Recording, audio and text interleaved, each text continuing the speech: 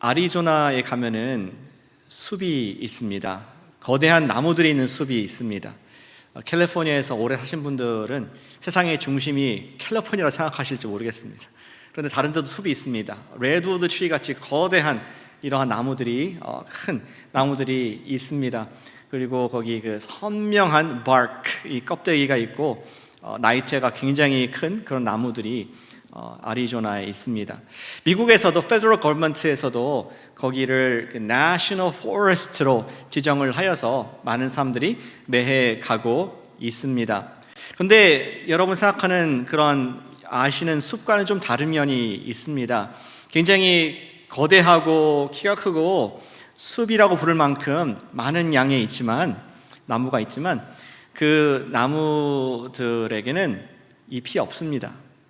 그리고 매년 낙엽도 지지 않고 또 숲이지만 전혀 그늘도 없는 그러한 곳인 것을 발견하게 됩니다. 그 이유가 뭘까요? 그것은 그 숲은 죽어 있기 때문에 그렇습니다. 제가 말씀드리는 곳은 아리조나에 있는 Petrified Forest National Park. 사진 보여주시죠. 가보신 분들도 계실지 모르겠습니다. 여기 가면은 제가 30년 전에 갔었는데요.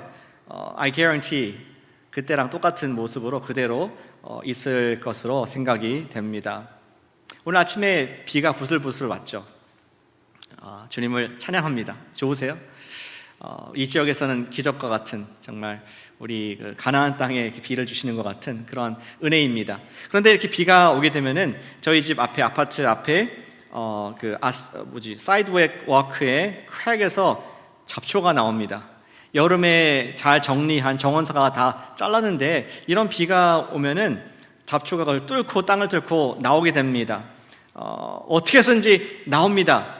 생명력이 있기 때문에 뚫고 나오는 것을 우리는 잘 알고 있습니다. 비록 거대한 나무도 아니고 화려한 이런 국가에서 지정하는 내셔널 포레스트도 아니라 할지라도 살아있기 때문에 변화하고 성장하고 끈질긴, 우리 지난주에 resilient 한 그 새벽 기도를 했는데 그러한 은과 끈기를 가지고 태어나는 것을 우리 볼 수가 있습니다. 살아있고 죽어있고 하는 것이 이게 차이가 있다는 것을 볼 수가 있죠. 성장을 하느냐 아니면은 딱딱하게 굳어져 있느냐.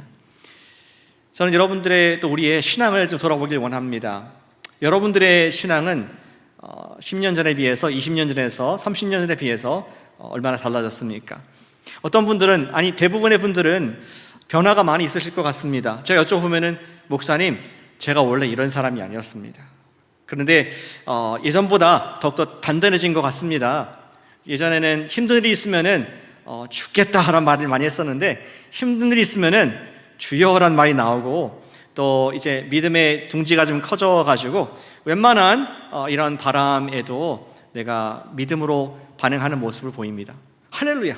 계속 그렇게 성장하시기를 축복합니다.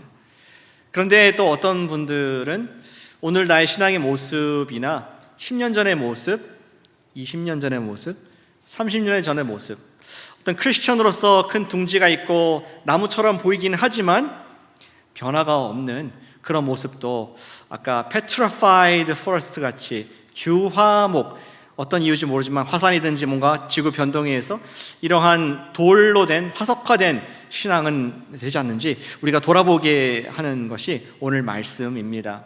우리는 갈라디아서를 통해서 바른 복음을 우리 삶 가운데 비춰보고 있습니다. 그리고 오늘 말씀에서는 정말 복음이 있다면은 생명이 있는 것이고 생명이 있다면은 성장을 하는 것인데, 만약에 나의 신앙이 성장을 좀 더디하거나 멈춰 있다면은 점검해 본 분들이 나의 복음이 살아있는가? 우리가 구원 못 받는 게 아닙니다. 구원 받고 예수 믿고 천국 갈 수 있겠지만 나도 모르게 신앙생활 10년, 20년, 30년 하면서 옛날보다 성장이 안 되는 것이 있다면은 혹시 내가 늘 모델로 삼고 있는 내 마음의 씨앗으로 되어 있는 그 복음이 살아있는 복음인가 죽은 복음인가 하는 것을 우리 둘러보아야 하겠습니다. 오늘 말씀은 살아있는 복음이란 무엇인가, 살아있는 복음에 관한 우리 교훈들을 사도 바울이 갈라디아 교회에게 쓴 것을 발견할 수가 있습니다. 두 가지 교훈이 역시 오늘도 있습니다. 살아있는 복음은 무엇입니까? 살아있는 복음은 종교에 대해서 죽었다 하는 것입니다. 같이 해주시면 감사하겠습니다. 살아있는 복음은 종교에 대해 죽은 것이다. 종교에 대해서 죽은 것이다. 우리 사도 바울이 지난주에 복음의 파트너십을 얘기했습니다. 겸손하게 자기의 복음을 사도들에게, 예루살렘에 있는 베드로, 요한, 야고보에게 제시를 했습니다. peer review를 해주십시오. 왜냐하면 바울은 해외파였거든요.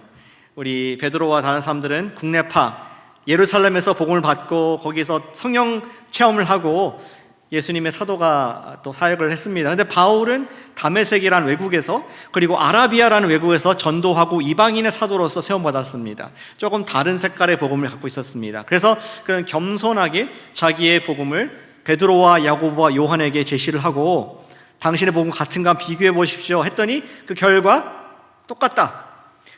대상만 다를 뿐이지, 이방인 또 우리 유대인 다를 뿐이지 똑같다라는 그런 판명을 받고 교제의, 친교의 악수를 했던 것을 기억을 합니다. 그리고 사도 바울은 우리 1장에서 얘기했었습니다. 갈라디아 교인들을 쓰면서 나의 복음은 man-made가 아니고 God-made다. 예수 그리스도의 계시로 받은 것이고, 이제는 사도의 확정들도 받은 그러한 genuine한, 그러한 바른 복음이다 얘기를 했습니다. 그런데 교제를 하다 보니까 한 가지 불미스러운 일이 있게 됩니다. 바울이 깜짝 놀라서 그가 레드 플래그를 들고 레퍼리와 같이 호루라기 불고 지적해야 될 그런 이슈가 생기게 된 것입니다. 오늘 본문 우리 읽었지만 베드로가 지금 교제하면서 예루살렘에서 안디옥 교회에 와서 지내는 모습을 보게 됩니다. 방문했습니다. 어쩌면 설교했을 것 같습니다. 게스트 파스터로서. 그리고 지내면서 거기는 이방인들과 이방인 크리스천들이죠. 그들과 식사를 하는 모습을 바울이 보면서 굉장히 안도를 했을 것 같습니다.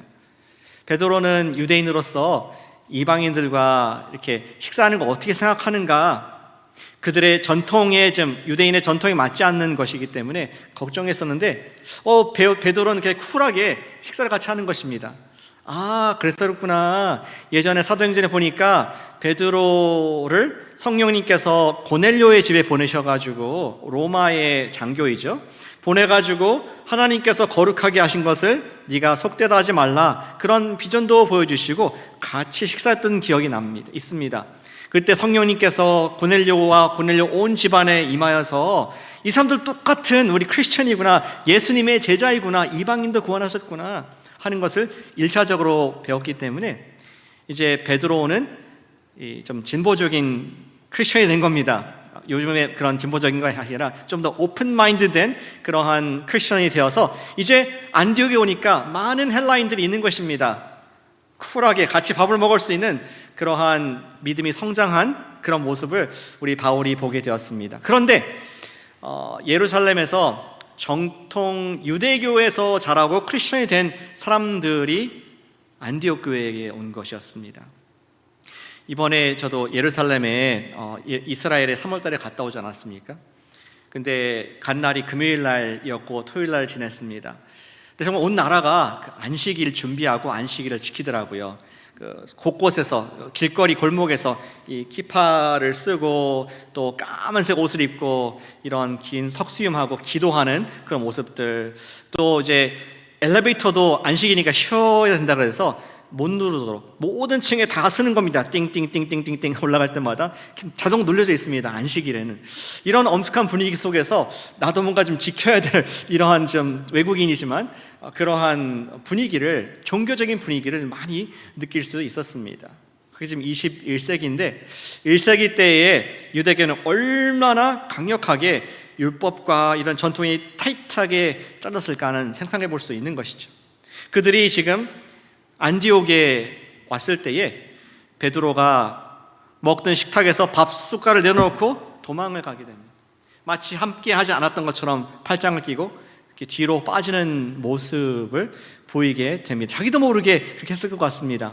그리고 지금 베드로 사도 아닙니까? 우리 교회의 리더, 우리 정말 총회장 같은 그런 목사님이 그렇게 하니까 옆에 있던 다른 유대인들도 함께 이거 아닌가 보다 하고선 이렇게 빠지는 심지어 바울의 멘토였던 바나바도 움찔하면서 이렇게 좀 뒤로 빠지는 모습을 보면서 바울이 엄청 실망을 하게 됩니다.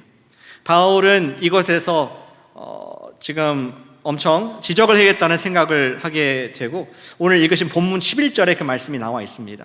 저 함께 보시겠습니다. 어떻게 표현했습니까? 11절에 게바가 안디옥에 이르렀을 때에 책망받을 일이 있기로. 게바는 우리 베드로를 말하는 것입니다. 베드로가 우리 안디옥에 있었을 때 책망받을 일이 있기로 내가 그를 대면하여 책망하였노라. 그냥 지나가는 말로 그러면 안 되시죠, 이게 아니라 대면하고 잠깐 보십시오 하면서 책망받을 일이 있기로 대면하여 책망했다. 두 번이나 책망이라는 강한 좀 따가운 단어를 쓰고 있는 것을 보게 됩니다. 저는 이 갈라디아서 이 부분을 처음 읽을 때 잘 이해가 안 됐습니다. 아니 그래도 아무리 지금 앞에 서신 목사님이 틀렸다 그래도 지금 교회 기둥 같은 베드로 아니십니까? 예수님께서 수제로 삼았던, 그리고 예수님께서 목숨을 버리겠다고 각오를 한 베드로인데 아무리 사도 바울이지만 이렇게 얼굴에 대고 책망하는 것이 너무 좀 심한 거 아닌가, 이런 생각을 했었습니다.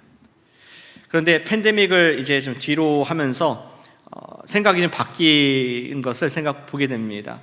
팬데믹을 겪으면서 우리 현상들이 있죠. 누가 이제 코비드에 걸렸다 그러면은 그 사람이 나의 형제든 자매든 나의 아들, 딸이든 나의 심지어 어머니나 아버지든 관계없이 우리는 만났던 사람들, 클로스 컨택에게 얘기를 해야 됩니다. 그렇죠? 안 하면 큰일 납니다. 이게 더 퍼질 수 있습니다. 그 사람이 목사가 되었던, 사역자가 되었던, 교회 무슨 직분자가 되었던 상관없이 코비드 걸렸다? 그러면은 교회에서 클로스 컨택을 얘기하고 또 전교인한테 알릴 필요가 있다는 것을 알게 되었습니다. 왜 그렇습니까? 생명과 관계되기 때문에. 지금 바울이 볼 때에 베드로가 지금 바이러스에 걸려서 지금 위선적인 복음을 나타내는 그런 바이러스의 영향력을 하는 것을 보면서 공개적으로 클로즈 컨택 하지 말라라고 지금 얘기할 수밖에 없는 상황이었구나 하는 것이 이해가 됐습니다.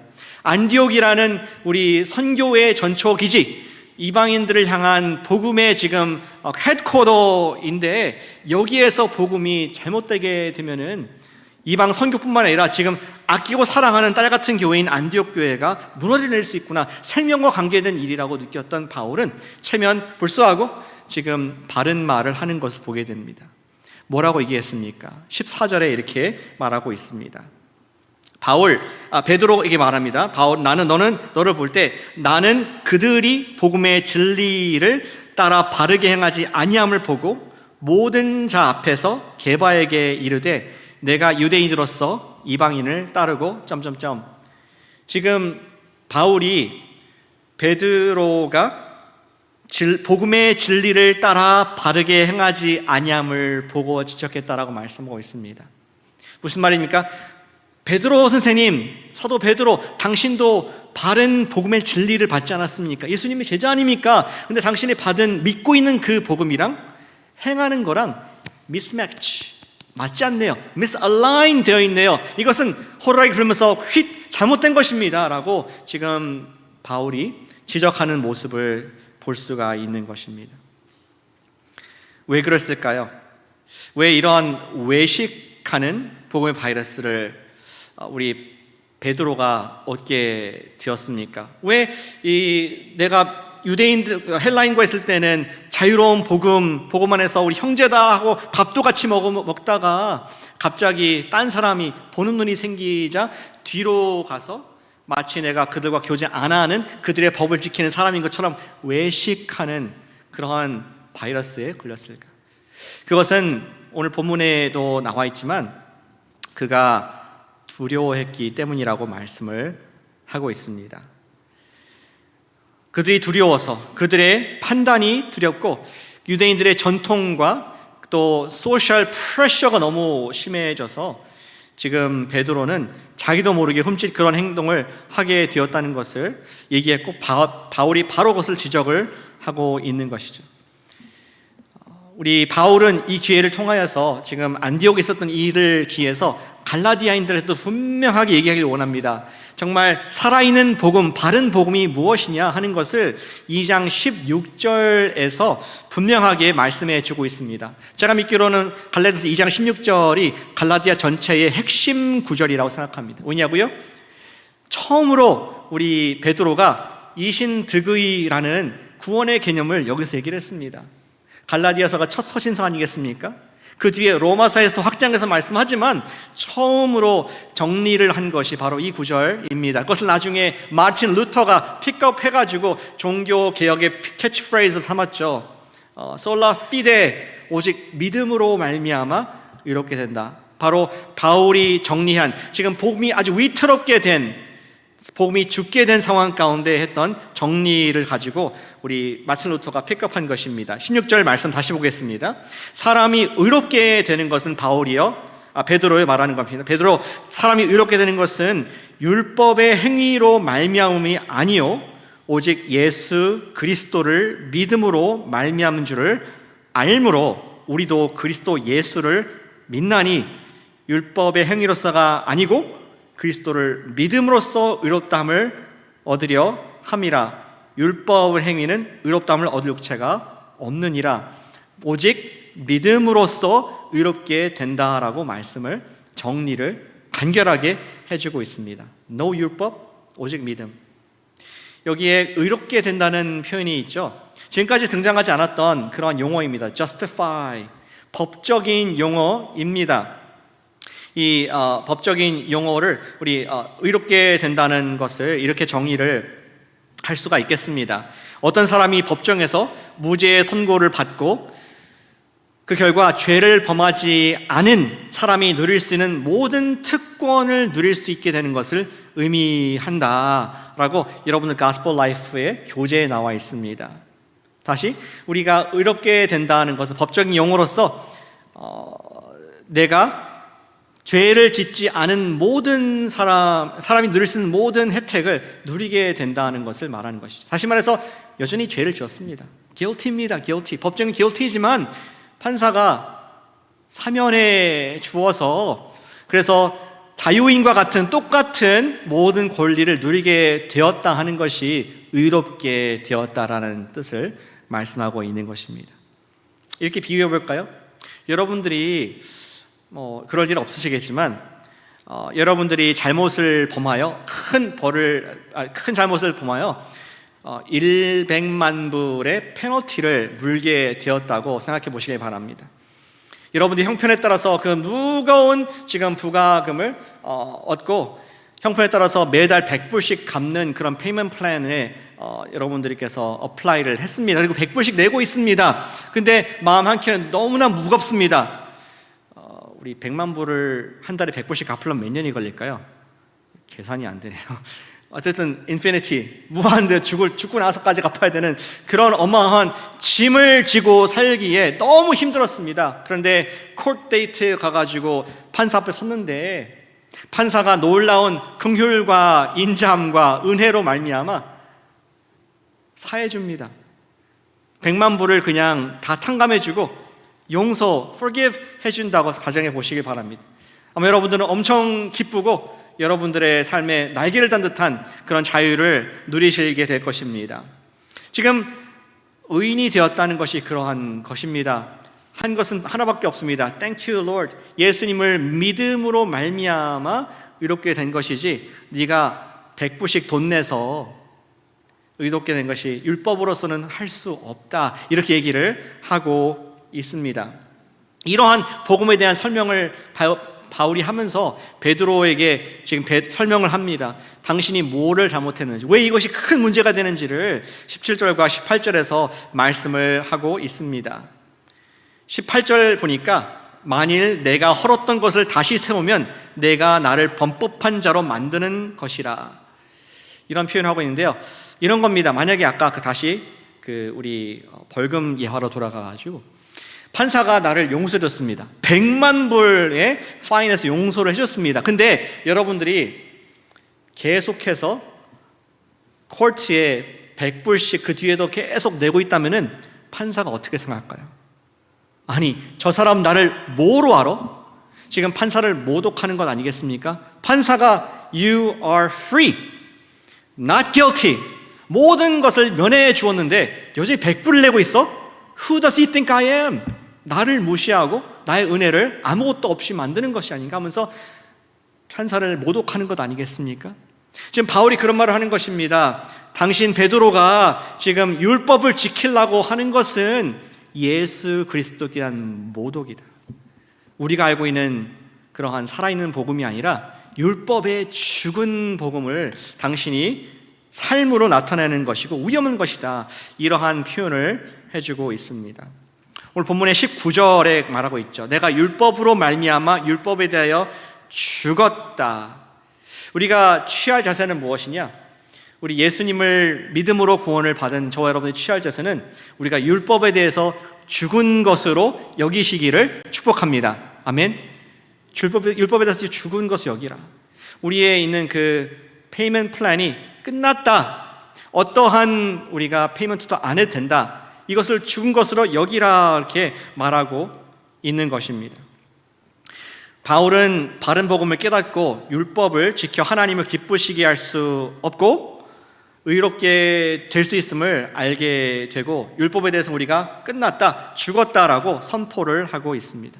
그래서 저는 여러분들의 주보에 그렇게 적는 것입니다. 우리 살아있는 복음이란 종교에 대해서 죽은 것이다. 율법하면 잘 안 다가오잖아요. 우리가 유대인들도 아니고. 우리 예수님을 믿는 살아있는 복음을 가진 사람들의 특징은 종교에 대해서 죽은 줄로 믿습니다. 종교란 무엇입니까? 종교란 인간이 의로워지기 위해서 만든 모든 선행과 고행과 학문을 뜻합니다. 제가 정의한 겁니다. 종교란 우리의 행동을 말하는 것인데 내가 의로워지기 위해서 주님 앞에 의로워지기 위해서 하는 모든 수행, 고행, 절하는 거, 종교 행위 이런 모든 것들이 종교라고 할 수 있겠습니다. 참된 복음, 살아있는 복음은 종교를 피하는 정도가 아니라 종교에 대해서 죽었다라고 바울이 선포하고 있다는 것입니다. 베드로는 예수님을 믿었기에 종교적인 노력이 아니라 이미 예수님께서 그를 의롭게 하셨고 깨끗하게 하셨다는 것을 받아야 했던 것이죠. 그런데 솔직히 말하면 저와 여러분들은 계속 종교인이 되고 싶은 마음이 있습니다. 뭔가를 좀 하고 싶은 마음이 있습니다. 선한 의도가 아니라 사실은 이기적인, 즉 개인적인 마음입니다. 예수님의 복음을 받아서 의롭게 됨에도 불구하고 베드로와 같이 다른 사람들의 시선이 의식이 되고 두려울 때가 있습니다. 내가 교회를 다니는데 이렇게 살아야 되지 않을까? 내가 정말 오랫동안 이렇게 교회 다녔고 직분자인데 내가 이러한 모습을 보여야지. I ought to, I must 라고 얘기하는 순간 우리는 종교인이 되어 버린다는 것입니다. 팀 켈러 목사님은 지적을 합니다. 그리스도인들은 그런 경향들이 있는데 잘못된 것입니다. 그리스도인들은 다른 사람을 죄책감을 통해서 움직이려고 한다, 이런 표현을 그의 갈라디아 책에서 하시더라고요. 다른 사람들을 죄책감을 통해서 움직이려고 하는 경향이 크리스천들에게 있다, 이렇게 말씀을 합니다. 다시 말해서 이런 말을 할 때가 있는 것입니다. You would do this if you were really committed Christians. 당신이 진짜 그리스도인이라면 이러한 행동을 하게 됩니다. 이러한 행동을 해야 합니다. 이러한 우리가 누구한테 정죄감을 주는, 우리도 모르게 한다는 것을 얘기하고 있죠. 이게 무슨 뜻입니까? 당시 진짜 그리스도인이라면 이러한 것을 합니다 하는 것은 내가 지금 하고 있는데 나 정도 이렇게 해야지 당신도 우리 크리스천으로 인정받을 수 있습니다. 이러한 무언의 압력이 있다는 것이죠. 그것을 살아있는 복음의 근거로 우리는 볼 수가 없습니다. 우리는 그리스도인들은 이래야 해라고 말하는 것이 아니라 내가 예수님의 은혜를 받은 자로서 어떻게 살아야 할까? 그것이 바른 질문일 줄로 믿습니다. 내가 그리스도인이 됐기 때문에 이렇게 살아야 돼. 당위성과 어떤 명령과 지문과 율법이 아니라 주님께 이런 엄청난 사랑을 오늘 내가 받았는데 내가 주님을 위해서 어떻게 살아갈까? 이것이 종교인이 아니라 크리스찬의 삶인 줄로 믿습니다. 사랑하는 여러분, 종교에 대해서 죽은 줄로 여기시기를 축복합니다. 뭔가 자꾸 doing 하려고 그래요 우리가. 근데 being을 지금 말하고 있는 것입니다. 예수님께서 율법을 도말하셨을 때에 율법, 노력, 종교에 대해서 죽은 자로 여기라고 말씀을 했습니다. 우리는 종교적인 선행에 대해서 죽어야 하겠습니다. 근데 가장 여기에 대해서 잘 못하는 사람이 저이고 아마 우리 교회 직분자들이 아닐까 생각이 듭니다. 그런 생각할 때가 있죠. 정말 이 일을 내가 안 하면 누가 하겠는가? 아무리 봐도 할 사람이 없어서 내가 마땅히 해야겠지 하는 의무감으로 섬김의 일을 하는 경우가 있습니다. 그 속에 기쁨이 있고 감사함을 했다면 할렐루야 계속 하시기를 바랍니다. 그런데 그 일을 하면서 결과 계속 쓴 마음이 든다면 내가 셀리더를 해봤는데 쓴 마음이 들고 부장을 했는데 쓴 마음이 들고 교사를 했는데 쓴 마음이 든다면 stop. 예수님의 복음은 율법에 대해서 죽은 줄로 믿습니다. 종교 생활에 대해서 죽은 줄로 믿습니다. 쉽지는 않죠. 정말 우리 순수한 마음으로 기쁨으로 해야 되는데 쉽지는 않은 것 같습니다. 지난주에 우리 고구마 전도왕이신 김기동 목사님이 되셨어요. For your information. 20년 전에 미국으로 이주 오셔서 그 목사님 되셨고 책도 쓰시고 세미나도 많이 다니십니다. 목사님의 전도 세미나에 갔었습니다. 근데 목사님이 하시는 첫 번째 마디가 좀 충격적이었습니다. 목사님 말씀하시기를 전도 세미나입니다. 전도하려고 노력하지 마세요. 아니 지금 전도 세미나 왔는데 고구마 전도인데 전도하려고 하지 말라. 그럼 뭐 하려고 앉으느냐 이런 생각이 들었습니다. 근데 한국말은 끝까지 들어봐야 되죠. 전도하려고 노력하지 말라. 언제까지? 우리가 주님 안에서 관계의 being의 확신이 있을 때에 우리는 그 다음에 전도적인 행동이 나오고 전도적인 말이 나오는 것이다. 우리 being이 확실할 때에 doing이 나오고 telling이 나오는 것이다. 굉장히 은혜 받았습니다. 그러한 어떤 내가 그리스도인이니까 전도해야지, 마땅히 전도해야지, 죽으면 죽으리라, 나가서 전도해야지, 이러한 열심은 종교성이라는 것입니다. 나의 의지이고 나를 드러내고자 하는 그러한 자기를 위로하고자 하는 그러한 노력이라는 것이죠. 그런데 그것이 아니라 정말 내 마음의 being, 예수님께서 나를 뜨겁게 사랑하신 것이 이 감출 수 없는 보화가 너무나 기뻐서 누군가를 사랑하게 되고 또 그냥 그 행동을 말로 표현할 수밖에 없는 것이 전도이다. 그래서 전도는 doing, telling이 아니라 being이다. 우리 삶이다라는 말에 엄청 감동을 받았던 것을 기억합니다. 사랑하는 여러분, 바로 지금 바울이 베드로를 책망하는 부분이 그것입니다. 너가 지금 doing에 사람들의 눈치에 두려움에 그것이 동기가 되어서 주님을 모독하고 있구나. 하나님께서 주신 그 예수님에 통한 구원이 헛되게 하는 베드로의 모습이 당신은 지금 위반하고 있습니다. 복음을 위반하고 복음을 죽게 만들고 있습니다라는 그러한 말을 하고 있는 것입니다. 19절 다시 돌아보겠습니다. 따라서 바울은 우리 가질 태도를 말하기를 내가 율법으로 말미암아 율법에 대하여 죽었다. 내가 율법으로 살아봤는데 율법은 안 되더라. 율법에 대해서 죽었고 not this but that. 이는 하나님에 대하여 살려 함이라. 우리가 살아있는 복음이 무엇이냐? 우리의 종교에 대해서는 죽고 그리스도에 대해서 사는 것이 바른 복음, 살아있는 복음인 줄로 믿습니다. 그것이 두 번째 여러분들 주보에 들어갈 말입니다. 살아있는 복음은 그리스도께 대하여 사는 것입니다. 같이 해주시면 감사하겠습니다. 살아있는 복음은 그리스도께 살아있는 것이다. 그리스도께 살아있는 것이다.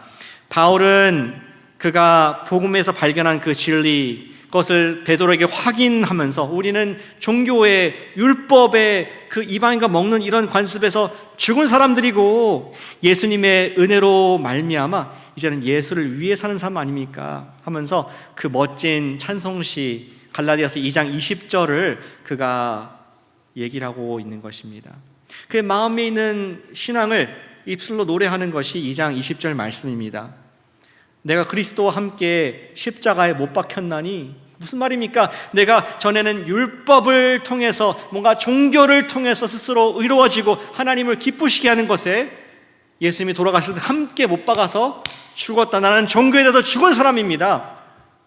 그렇다면 죽었으면 뭡니까? 그저 이제는 내가 사는 것은, 이 땅에 지금 발붙이고 주님 오실 때까지 사는 것은 다른 목적인데 오직 내 안에 그리스도께서 사시는 것입니다. 이제는 나는 종교에 대해 죽었고 예수님에 대해서 사는 사람입니다. 내가 육체 가운데 지금 여기 사는 것은 나를 사랑하시는 그 예수님의 being, 그 깊은 사랑 때문에 그를 위해서 사라지는 것입니다. 살아있는 복음이란 무엇인가요? 그것은 being인 줄 믿습니다. 삶인 줄 믿습니다. 예수님께서 나를 사랑하사 나를 위해 자기 자신을 버리신 하나님의 아들 되셨구나, 그분을 믿기에 그분의 은혜에 감사해서 그분의 은혜가 흘러넘쳐 살게 되는 것이 우리 복음적인 삶인 줄로 있습니다. 바울이 그것을 지금 베드로에게, 그리고 우리에게, 더 나아가서 갈라디아 교회들에게, 지금 복음의 위기를 맞고 있는 갈라디아에게 조목조목 설명하고 있는 것을 우리는 볼 수가 있게 됩니다. 저는 이 예수에 대해 산다는 말씀을 묵상하면서 예수님의 한 이야기가 기억이 났습니다. 두 여인의 이야기. 예수님께서 만나주셨던 두 자매, 우리 마르다와 마리아. 누가복음 11장에 보시면은 처음 등장합니다. 마르다가 예수님을 초대해요. 별로 안 놀라시는데 좀 대범한 행동이 있거든요. 그 당시 여자가 자기 집에 손님으로 예수님을, 랍비를 초대하는 것은 굉장히 이례적인 일이었습니다. 아마 마르다가 언니였을 것 같습니다. 마리아보다. 그리고 그 집에는 또 다른 남자가 있었죠. 나사로라는 남자가 있었는데 아마 그 셋 중에서 가장 맞이 마르다가 아니었을까. 그녀는 가장처럼 행동을 합니다. 그리고 예수님을 모시고 본인이 친히 손수 열심을 다해서 음식을 정성껏 준비합니다. 내가 리스펙트하고 사랑하고 너무나 존귀하게 모시는 예수님, 순수한 마음으로 예수님을 앉혀놓고 모시게 됩니다. 기쁜 마음을 했습니다. 그런데 갑자기 마음이 점점점 딱딱해지는 것을 발견합니다. 뭘 보니까? 동생을 보니까, 아니 쟤는 저기서 놀고 앉아있네? 언니가 이렇게 바쁘게 음식 만들고 있으면 알아서 좀 겨서 해야지. 자기는 놀고 언니만 쎄 빠지게 고생하고. 그래서 마르다가 얼마나 속상했는지 예수님께, 자기가 이렇게 존귀하게 사랑한 예수님께 뾰로통해서 불평을 합니다. 예수님, 쟤를 보세요. 말 좀 해주세요. 이게 말이 됩니까? 그래서 예수님께서 말하죠. 꾸짖는 데 말하지 않으신 것 같아요. 왜냐면은 부드럽게 말씀하시거든요. 마르다야, 마르다야. 사랑하는 마음으로 이해합니다. 너는 여러 가지로 지금 분주하구나. 좋은 일인데 나를 섬기는 마음은 너무 중요한데 네 동생 마리아는 좋은 편을 택했다. 지금 마르다는 doing에 너무 분주한데 마리아는 지금 나와 함께 있는 being에, with Jesus, 이 집중해서 더 좋은 편을 택했구나. 우리가 그 에피소드를 지나서 또 한 번 우리 자매의 이야기를 볼 수 있습니다. 어디서 봅니까? 요한복음 11장에 오빠 우리 나사로가 죽게 됩니다. 나사로가 죽고 나서 예수님께서 며칠 후에 시체가 썩을 때 그들을 찾아가게 되죠. 그러자 그들을 맞이한 것은, 예수님 맞이한 것은 마르다였습니다. 역시 또 장녀 마르다가 맞이해서 예수님께서 놀라운 얘기 하시죠. 나는 부활이요 생명이요, 나를 믿는 자는 죽어 죽지 않겠고 영원히 살 것이다, 이런 얘기를 하니까 마르다가 역시 A+ 스튜던트, 맞습니다, 아멘입니다, 부활을, 신앙을 고백을 하는 겁니다. She did everything right. 그리고 나서 예수님은 마리아를 찾아가시죠. 마리아는 많은 얘기를 하지 않더라고요. 그리고 그냥 한탄조로 얘기합니다. 예수님 여기 계셨더라면, 예수님 함께 하셨다면, 막 우는 거예요. 예수님도 함께 우셨습니다. 함께 시간을 보냈습니다.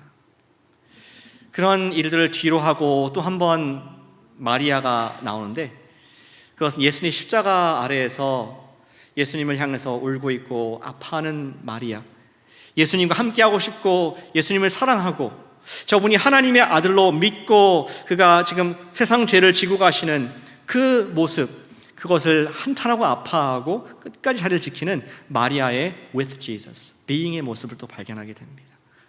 그리고 약속대로 3일 만에 무덤에서 부활하셔서 제일 처음 나타난 것이 우리 마리아에게 나타나셨죠. 왜 그랬습니까? She was there. 예수님과 함께 있었기 때문에 예수님께서 나타났을 때, 부활하실 때 만나게 되고 거기에서 예수님을 목격한 첫 부활의 증인 되는 영광을 누리게 된 것을 볼 수 있습니다. 그 뒤에도 교회 사는 우리 마리아가 계속 예수님의 여제자로서 하나님의 교회들을 세워가고 하나님의 일들을 감당한 그런 멋진 스토리들을 말씀해주고 있습니다. Where's Martha? 그렇게 열심히 있었고 그렇게 종교심이 강했던, 제가 마르다는 구원 못 받았다는 얘기하는 건 아닙니다. 그런데 우리가 doing에 집중하게 되면은 마음이 딱딱해져가지고 성장할 수가 없다는 것입니다.